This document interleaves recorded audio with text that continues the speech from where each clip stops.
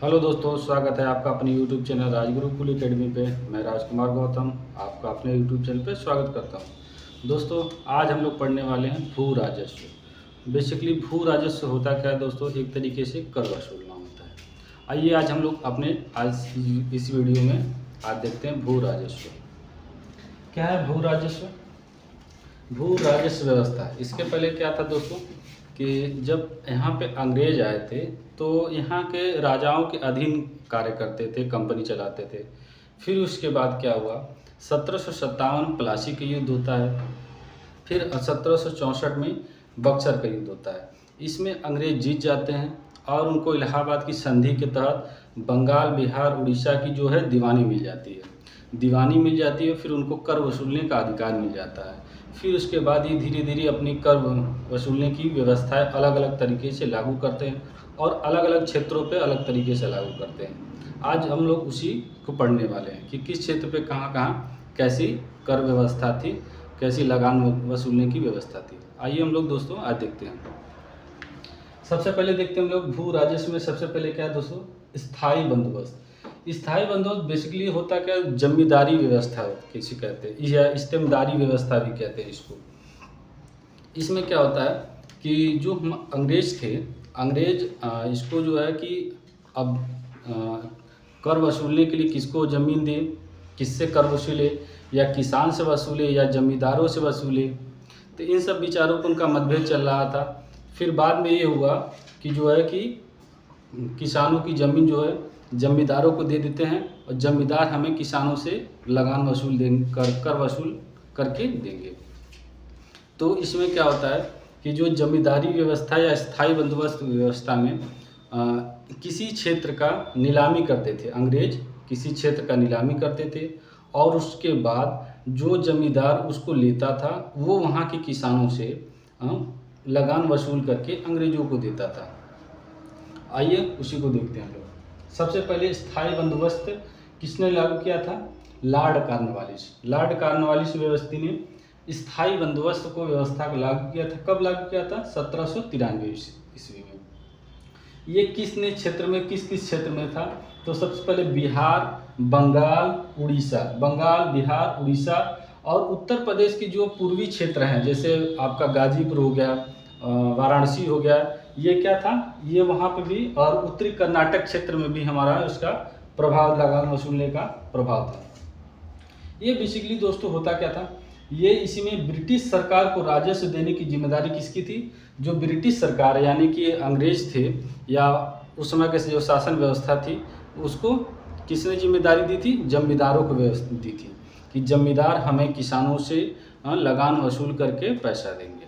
तो उसके बाद देखते हैं हम लोग क्या है, ब्रिटिश सरकार से राजस्व की जिम्मेदारी किसकी थी? जमींदार की। जो जमींदार थे जो लगान वसूलते थे उसको 1/11वां भाग मिलता था और 10/11वां भाग अंग्रेजों को जाता था, बिना ब्रिटिश सरकार को जाता था। 10/11 भाग किसको जाता था? सरकार को जाता था। 1 भाग किसको जाता था? जमींदार खुद ले लेते थे। जो जमींदार थे वो जो भी कर वसूली करते थे उसका 1/11 भाग खुद ले लेते थे और 10/11 भाग वो सरकार को यानी कि ब्रिटिश सरकार को। इसको इस तरीके से समझते हैं कि मान लीजिए जो अंग्रेज है कर का उत्पादन कोई 11 बोरे चावल का करते हैं। अगर 11 बोरे चावल को का कर वसूली करते हैं तो उसमें से 1 बोरा वो खुद रख लेते हैं और 10 बोरा किसको दे देंगे? ब्रिटिश सरकार को। तो ये बेसिकली कर वसूलने का तरीका था। इसमें क्या था, समस्त भूमि का 19% जो बंगाल, बिहार, उड़ीसा क्षेत्र था, पूर्व ये था, उत्तर प्रदेश था, ये उनकी जो समस्त भूमि थी उसका 19% भाग पर जो हम लोग कर वसूली करते थे। कितने भाग पर? 19% भाग को। इसको सूर्यास्त कानून भी बोला जाता था दोस्तों। सूर्यास्त कानून क्या होता था? इसमें यह था कि अंग्रेजों द्वारा ये कहा गया था कि अगर सूर्यास्त होने से पहले जो भी निर्धारित कर है वो हमको अगर आप नहीं देते हैं तो आपको ये दंड जाएगा या फिर आपसे कर व्यवस्था छीन ली जाएगी। अब देखते हैं हम लोग दोस्तों क्या है रैयतवाड़ी व्यवस्था। रैयतवाड़ी व्यवस्था में क्या देखा गया दोस्तों, सबसे पहले स्थायी बंदोबस्त में हम लोग देखते हैं कि हम लोग जो सरकार थी यानी ब्रिटिश सरकार थी वो जमींदार से जो वसूली करती थी, लेकिन इसमें क्या था, इसमें अब सीधे किसान से वसूला जाएगा। जो भी कर व्यवस्था होगी, जो भी लगान होगी, किससे वसूला जाएगा, सीधे किसान द्वारा। कि जो भी किसान उत्पादन करता है, जितने क्षेत्र पे उत्पादन करता है, हम उस पर उपज करता है, उससे जाके सीधे लगान लेंगे। तो इसमें लगान की प्रक्रिया बहुत अधिक थी। लगान का जो दर था वो बहुत अधिक था, लगभग 33% से लेकर 66% तक जो है, 50% तक भी जो है लगान वसूला जाता था। इसको सबसे पहले लागू करने वाले कौन थे, थॉमस मुनरो कर्नललीड। इसको पहली बार जो बारामल जिला था वहाँ पे 1792 ईस्वी में लागू ही कर दिया गया था। फिर उसके बाद 1820 ईस्वी मद्रास और अन्य क्षेत्रों में लागू किया गया था। इसका जो क्षेत्र था मुंबई, मद्रास, असम और पूर्वी बंगाल में इसका क्षेत्र था कि यहाँ से लगान वसूला जाएगा रैयतवाड़ी व्यवस्था में। अब ये रैयतवाड़ी व्यवस्था में राजस्व, जो सरकार थी, सरकार को राजस्व जिम्मेदारी किसकी थी, किसान को।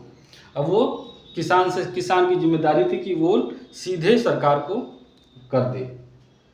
ये समस्त भूमि का 51%, जो 51% जो मद्रास, मुंबई, असम, पूर्वी बंगाल है, ये उनके क्षेत्र का जो 51% भाग है, उनके जो है उन पे कर लगाया था। ये जो कर की दर थी लगभग 33 से 50% की दर थी। अब आगे देखते हैं हम लोग दोस्तों महालवाड़ी व्यवस्था। महालवाड़ी व्यवस्था क्या होता है, महालवाड़ी शब्द इसी समझ आता है कि मोहल्ला या गांव होता है। महालवाड़ी व्यवस्था क्या होती है दोस्तों, महालवाड़ी व्यवस्था, इसको सीधे सीधे एक तरीके से मोहल्ला या गांव कह सकते हैं। ये जो महालवाड़ी व्यवस्था है, ये रैयतवाड़ी व्यवस्था की कुछ इसमें जो है कि शामिल करके महालवाड़ी व्यवस्था लगाया गया। महालवाड़ी व्यवस्था के जो संस्थापक थे कौन था, हाल्ट मैकेंजी। इसको कब लाया गया, 1820 में। इसका क्षेत्र कहाँ था, उत्तर प्रदेश, मध्य प्रांत, पंजाब, इन गाँवों, इस क्षेत्रों पे जो महालवाड़ी व्यवस्था लागू की गई थी। इसमें होता क्या था कि जो ब्रिटिश सरकार थी, अब किसी एक गाँव से अगल लगल में सुनती है, उस गांव में कितने लोग हैं, कितने लोग खेती करते हैं, उससे कोई मतलब नहीं है। एक मुखिया से, वहाँ का जो मुखिया होता था, उस मुखिया से लगान वसूला जाता था कि आपके क्षेत्र में इतने लोग रहते हैं, इतनी खेती होती है, आपकी ये जिम्मेदारी है कि पूरे गांव से आप लगान वसूल करके आप हमको लगान देंगे। तो ये बेसिकली किससे लिया जाता था, ये गाँव से लिया जाता था।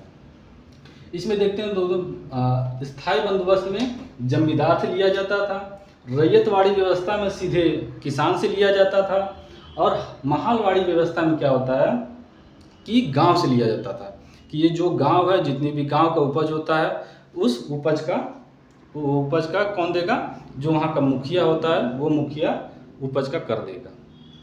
फिर इसके बाद देखते हैं, फिर ये समस्त भूमि का 30%, जो वहाँ की समस्त भूमि थी उसकी 30% भूमि पे उसका उपज करता था। जो इसकी उपज की दर थी लगभग में 50%, 1/2 हिस्से में जो है उसका उपज का 1/2 ले लेते थे ये मोहल्ले गांव से। एक बार इसको फिर से हम लोग रिकॉल कर लेते हैं दोस्तों। स्थायी बंदोबस्त किसने लागू किया था, लॉर्ड कॉर्नवालिस। कब किया था, 1793 ईस्वी में। किस क्षेत्र में, बंगाल, बिहार, उड़ीसा, उत्तर प्रदेश के जो बनारस, गाजीपुर का क्षेत्र है, फिर उत्तरी कर्नाटक में जो सरकार, जो राजस्व वसूलने की जिम्मेदारी किसकी है, जमींदार की है। फिर उसके 10/11 भाग पे सरकार को जाएगा कर, फिर 1 भाग जो जमींदार वो खुद ले लेगा। फिर उसके बाद जो समस्त भूमि का 19% भाग पर, इसको सूर्यास्त कानून भी कहा जाता था, क्योंकि सूर्यास्त होने से पहले कर को सरकार को दे देना होता था, नहीं तो अन्यथा उससे या तो जमींदारी छीन ली जाएगी या उस पर दंड दिया जाएगा। फिर इसके बाद रैयतवाड़ी व्यवस्था में क्या होता है दोस्तों, थॉमस मुनरो कर्नललीड द्वारा सबसे पहली बार 1792 में बारामल जिले में, फिर 1820 में मद्रास में और अन्य जिलों में, जैसे मद्रास हो गया, मुंबई हो गया, मद्रास, असम, पूर्वी बंगाल, इन क्षेत्रों में। अब इसमें कर वसूलने की जिम्मेदारी किसकी थी, किसान की। वो किसान अपना खुद जो है कर वसूल करके सरकार को देता था। फिर उसके बाद समस्त भूमि पे 51% भाग पे, फिर जो कर की दर थी लगभग 33 से 50% की इसकी कर की दर थी। फिर महालवाड़ी व्यवस्था में देखते हैं दोस्तों, हाल्ट मैकेंजी इसको व्यवस्था कब लागू किया था, 1820 में। ये किन किन क्षेत्रों में लागू हुआ था? उत्तर प्रदेश, मध्य प्रांत, पंजाब। फिर इसके बाद ये गांव की एक जिम्मेदारी थी, जो उस गांव का मुखिया होता था उसकी जिम्मेदारी होती थी कि पूरे गांव से लगान वसूल करके सरकार को लगान दी। फिर समस्त भूमि पे 30% भाग पर जो लगान का दर था लगभग में 50% या 1/2 हिस्से में कह सकते हैं। जो महालवाड़ी का जो व्यवस्था होता है, महालवाड़ी का तात्पर्य होता है वो मोहल्ला या गांव होता है कि मोहल्ले या गांव से हम लोग वसूला जाए। तो दोस्तों आज के हमारे वीडियो में इतना ही है। अगर हमारा वीडियो आपको अच्छा लगा तो उसको लाइक और सब्सक्राइब जरूर करें, अपने दोस्तों के बीच में शेयर जरूर करें। धन्यवाद।